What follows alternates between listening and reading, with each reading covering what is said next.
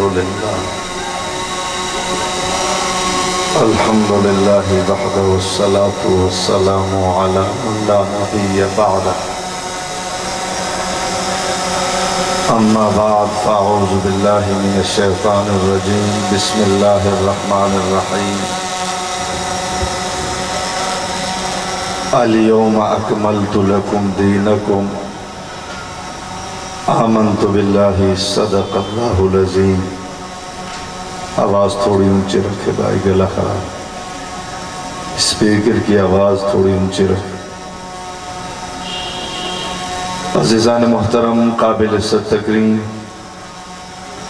Stage پر تشریف فرما معزز علماء کرام، اہل سنت والجماعت کراچی کے قائدین، دور دراز سے تشریف لانے والے اصحاب رسول و اہل بیت رسول کے دیوانوں اور پروانوں، آج کی عظیم الشان کانفرنس جہاں تا حد نگاہ سر ہی سر نظر آ رہے ہیں، یہ اس بات کی دلیل ہے کہ خون حق نواز اب رنگ لا چکا ہے، اور اس وقت جلسگاہ میں دل دھرنے کو جگہ نہیں ہے۔ عزیزان محترم، میں سب سے پہلے اہل سنت والجماعت ضلع سینٹرل کے تمام ذمہ داران اور تمام کارکنان کو اس کامیاب تاریخ ساز کانفرنس کے انعقاد پر مبارکباد پیش کروں گا۔ خلاق عالم دوستوں کی اس محنت کو اپنی بارگاہ میں قبول و منظور فرمائے۔ میری طبیعت انتہائی ناساز ہے، گلا بھی ساتھ نہیں دے رہا، چونکہ یہ ایک تاریخ ساز کانفرنس ہے۔ شہید ناموس صحابہ حضرت علامہ مولانا عبدالغفور ندیم شہید رحمہ اللہ تعالیٰ کی یاد میں انعقاد پذیر ہے، اس لیے صرف برکت کے لیے حاضری لگائی ہے۔ پھر عنوان بھی بڑا تفصیلی ہے، خاتم الانبیاء الگ عنوان ہے، عظمت صحابہ الگ عنوان ہے، وحدت الگ عنوان ہے، امت الگ عنوان ہے۔ میں چاہوں گا خاتم الانبیاء، عظمت صحابہ، وحدت اور امت پر ایک ایک جملے عرض کر کے آپ سے اجازت چاہوں گا۔ عزیزان محترم، خاتم یا خاتم کا معنی ہوتا ہے انتہا اور تکمیل۔ جہاں جا کر اچھائی کی، خوبی کی انتہا ہو جائے، آگے اچھائی کی کا کوئی اور درجہ نہ ہو، اس کو خاتم یا خاتم کہا جاتا ہے۔ میرے اور آپ کے نبی سرور کائنات ساقی کوثر تاجدار مدینہ فخر دو عالم جناب محمد الرسول اللہ پر ہر اچھائی کی انتہا ہو گئی، ہر اچھائی کی تکمیل ہو گئی۔ حسن کی تکمیل میرے نبی ہیں، جمال کی تکمیل میرے نبی ہیں، کمال کی تکمیل میرے نبی ہیں، شریعت کی تکمیل میرے نبی پہ، سنت کی تکمیل میرے نبی پہ، دین کی تکمیل میرے نبی پہ، محبت کی تکمیل میرے نبی پہ، اطاعت کی تکمیل میرے نبی پہ، نفرت کی تکمیل میرے نبی پہ۔ جی ہاں، میں سچ کہہ رہا ہوں، ہر اچھائی کی یہاں انتہا ہو جاتی ہے۔ اگر حسین دیکھنا ہو، محمد جیسا حسین کوئی نہیں، کیونکہ یہ انتہا ہے۔ جمیل دیکھنا ہے، میرے نبی سے جمیل کوئی نہیں، کیونکہ یہ انتہا ہے۔ اگر شفیق دیکھنا ہو، میرے نبی سے زیادہ شفیق کوئی نہیں ہے، میرے نبی پہ انتہا ہے۔ اگر دائی دیکھنا ہو تو پھر میرے نبی پہ آ کر انتہا ہے۔ اگر وحدت دیکھنی ہو، میرے نبی پہ آ کر انتہا ہے۔ اگر امت دیکھنی ہو میرے نبی پہ آ کر انتہا ہے. میرے نبی سے بڑھ کر کوئی بااخلاق بھی نہیں, میرے نبی سے بڑھ کر کوئی امت کا طرفدار بھی نہیں, میرے نبی سے بڑھ کر کوئی امت کا غمخوار بھی نہیں, میرے نبی سے بڑھ کر کوئی جوڑنے والا بھی نہیں, میرے نبی سے بڑھ کر کوئی توڑنے والا بھی نہیں. میرے نبی توڑنے پہ آ گئے تو توڑنے میں بے مثال ہے, جوڑنے پہ آ گئے تو جوڑنے میں بے مثال ہے. جی ہاں, جہاں ضرورت پڑتی ہے توڑنے کی وہاں ابو جہل کو توڑ کر رکھ دیتے ہیں, ابو لہب کو توڑ کر رکھ دیتے ہیں, عتبہ اور شیبہ کو توڑ کر رکھ دیتے ہیں. یہاں توڑ کی بھی انتہا ہے, یہاں جوڑ کی بھی انتہا ہے. جہاں جوڑ کی بات آتی ہے پھر صدیق اکبر سے جوڑ کر بتاتے ہیں, یہاں جوڑ کی بھی انتہا ہے, توڑ کی بھی انتہا ہے. اس لیے دنیا والوں الگ بولیاں نہ بولو. دنیا والوں اگر تمہیں حسن چاہیے نبی کی سیرت دیکھو, جمال چاہیے نبی کی سیرت دیکھو, اتحاد چاہیے نبی کی سیرت دیکھو, وحدت چاہیے نبی کی سیرت دیکھو, جوڑنا چاہتے ہو نبی کی سیرت دیکھو, توڑنا چاہتے ہو یہ سیرت بتائے گی کہاں جوڑنا ہے کہاں توڑنا ہے. تمہیں کس نے بتایا کہ ہر ایک کے ساتھ جوڑا جاتا ہے؟ نہیں نہیں, جو جوڑ کے قابل ہے جوڑا جاتا ہے, جو توڑ کے قابل ہے توڑا جاتا ہے. ابو جہل سے جوڑا نہیں جاتا, توڑا جاتا ہے. جہاں محبت کرنی ہے نبی کی سیرت دیکھو, نبی کی یہ سیرت ہے. علی سے محبت ہو یہ نبی کی سیرت ہے. مجھے انکار کوئی نہیں ہے لیکن یہ بھی تو نبی کی سیرت ہے. عثمان غنی کے دشمن کا جنازہ نہ پڑھایا جائے, یہ بھی تو سیرت ہے. میرے نبی پہ سیرت ان کی انتہا ہے. آج کا دور اتحاد اور وحدت کے چورن بیچنے کا دور ہے. کچھ چھوٹے, کچھ موٹے, کچھ چھوٹے, کچھ کچے, کچھ بوڑھے پاکستان میں وحدت اور امت کا چورن بیچ رہے ہیں.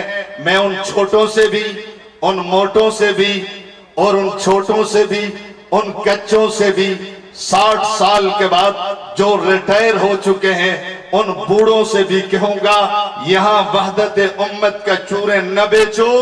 اگر یہ چورن بیچنا ہے جاؤ, ایران میں ضرورت ہے اس چورن کی, ایران میں بیچو, شام میں بیچو, یمن میں بیچو. جی ہاں, اس کو عراق میں بیچو, یمن میں بیچو. جہاں کوئی سنی اپنے بچے کا نام عمر نہیں رکھ سکتا, اپنی بچی کا نام عائشہ نہیں رکھ سکتا, اس چورن کی وہاں ضرورت ہے. ایران میں مسلمانوں کی ایک مسجد نہیں ہے. یہ وحدت وحدت کا نعرہ پاکستان میں کیوں ہے, ایران میں کیوں نہیں, عراق میں کیوں نہیں, شام میں کیوں نہیں, یمن میں کیوں نہیں؟ جہاں مسلمانوں کا قتل و خون کیا گیا, مسلمان ماؤں بہنوں اور بیٹیوں کی عزتوں کو تار تار کیا گیا. علماء کرام, چھوٹے اور موٹے اور بوڑھے اور بچوں, تم سے کہنا چاہتا ہوں کچھ کچے بچے ہیں جو باپ کے نام پر بڑے ہو گئے ہیں, کچھ بوڑھے ہیں اور جو ریٹائر ہو چکے ہیں. حکمران 60 سال کے بعد ویسے ریٹائر نہیں کرتے, یہ حکمران بھی سمجھدار ہیں. 60 سال میں تجربہ کار ہونے کے بعد ان کو کہا جاتا ہے آپ نے بڑی محنت کی ہے, آپ نے بڑی خدمت کی ہے, ابھی گھر بیٹھے تنخواہ بھی ہم دیں گے. کوئی بابا کہے نہیں 60 سال کے بعد بھی میں کام کرنا چاہتا ہوں, حکمران کہیں گے آپ کی خدمات سر آنکھوں پہ ہے, اب آپ کی خدمت کا وقت نہیں, آپ کونے میں بیٹھیں, تنخواہ بھی آپ کو دیں گے, وظیفہ بھی آپ کو دیں گے, لیکن دفتری کام کی اجازت نہیں ہے. ان بوڑھے ریٹائروں سے کہوں گا تمہارا یہ وقت وحدت امت کا نہیں ہے. مسجد کے کسی کونے میں بیٹھ کر اللہ اللہ اللہ کرو, تمہارے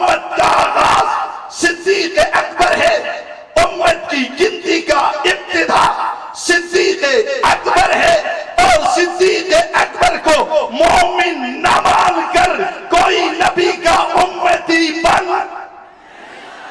بن وہ سرعام بکواس کرتا ہے، کفر بکتا ہے، کائنات کا یہ غلیظ ترین کافر، بدترین کافر علل اعلان کہتا ہے میں ابو بکر کو خلیفہ اول نہیں مانتا۔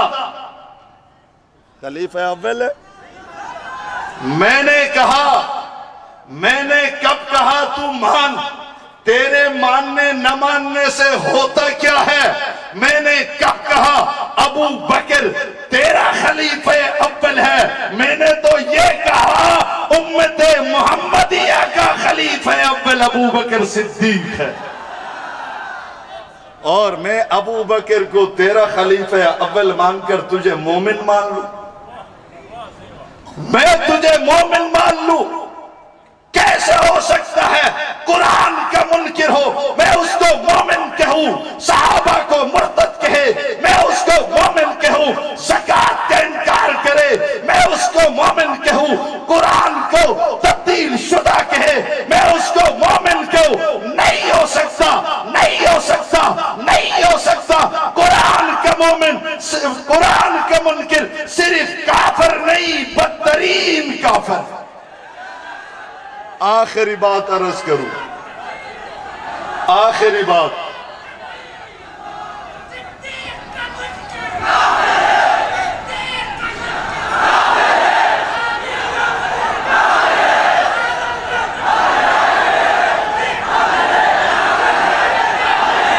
اور اس میں کوئی شک نہیں صدیق کا منکر صرف کافر نہیں، بدترین غلیظ ترین کافر تھا، کافر ہے،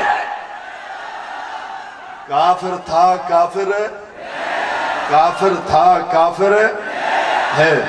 آخری بات عرض کر دوں، مجھ سے کسی نے کہا کہ مولانا اگر ہم نے وحدت اور امت کا نعرہ لگایا تو صرف تمہیں کیوں تکلیف ہے؟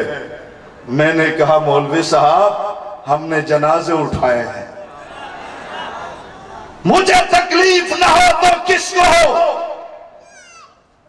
اسی کاز اور مشن کے لکھے ہتھکڑی آئی ہے ہم نے پہن لی ہے، بیڑی آئی ہے ہم نے پہن لی ہے، تشدد ہوا ہے ہم نے برداشت کیا ہے، ہمیں الٹا لٹکا کر مارا گیا ہے، ہماری آنکھوں پہ پٹی باندھ دی گئی ہے، ہماری جماعت پر پابندی لگائی گئی ہے، ہم نے ایک ایک گھر سے چار چار جنازے اٹھائے ہیں، پھر مجھے تکلیف نہ ہو تو کس کو تکلیف ہو؟ یاد رکھو تمہاری یہ منافقت ہم چلنے نہیں دیں گے، نہیں دیں گے، نہیں دیں گے۔ حق نواز کا ایک بھی روحانی بیٹا زندہ ہوگا، تمہاری چہرے سے نفاق کا یہ چادر، یہ نقاب اتار کر قوم کو ہم بتائیں گے یہ عبادت نہیں، منافقت ہے، منافقت ہے، منافقت۔